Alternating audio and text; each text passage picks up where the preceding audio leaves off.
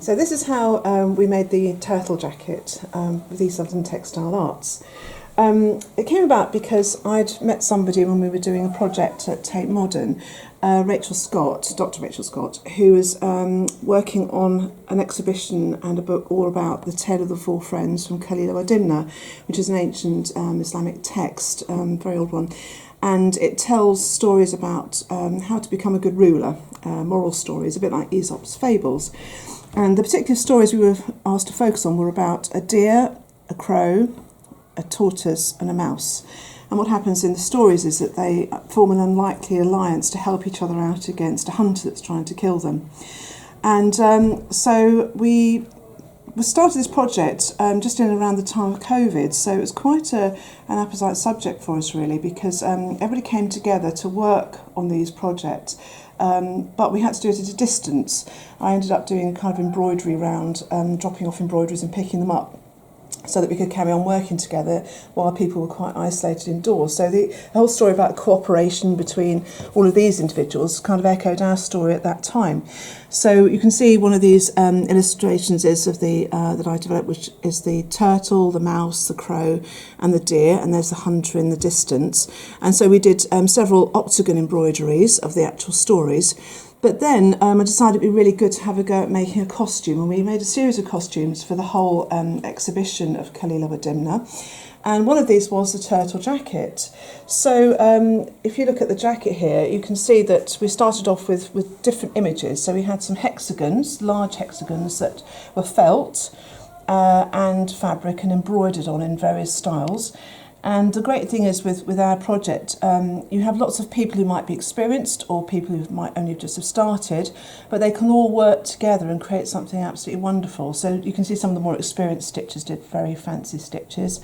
And this was one by an adult with learning disabilities, Laura. That was her particular tortoise that she did. And we had some of these lovely little turtles here that have fancy shells, some that are completely embroidered all the way, and some which are more have a more simple style of embroidery. So what I did was I actually drew out the turtles. There were some larger ones and smaller ones and the hexagons, and people embroidered them on pieces of cloth, and then they were cut out and made into applique.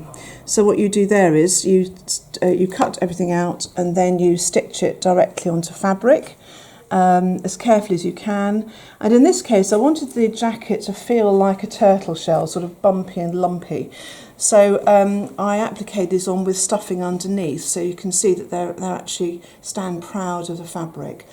And I created a pattern, it's my own pattern, because I wanted a very sort of lumpy sort of jacket, and I found some great furnishing fabrics that I thought would do well with that. I created a funnel neck, which was meant to be a bit like a turtle's neck, very wrinkly and very sort of old looking, aged looking. And then I decided it'd be rather nice to finish it off with some very textured sort of ends of sleeves. So I crocheted lots of these things to echo a bit the skin and the texture of a turtle, and also the patterns of its claws, the kind of sort of sharp claws and edges. And then this jacket, along with others, was displayed at our exhibition with lots of at P21 Gallery and also at the Art Workers Guild. To finish off the jacket, I quilted it by hand, and I did these kinds of sort of geometric shapes to echo the hexagons of the shells, and to give it again a good texture, a bit of a shell-like texture, and make it look a bit like a tortoise. And when you're wearing it, the idea of the jacket is it's very rounded. It feels like a shell on your back. It sort of envelops you, and it's meant to be lumpy and bumpy. So that's how we made the turtle jacket.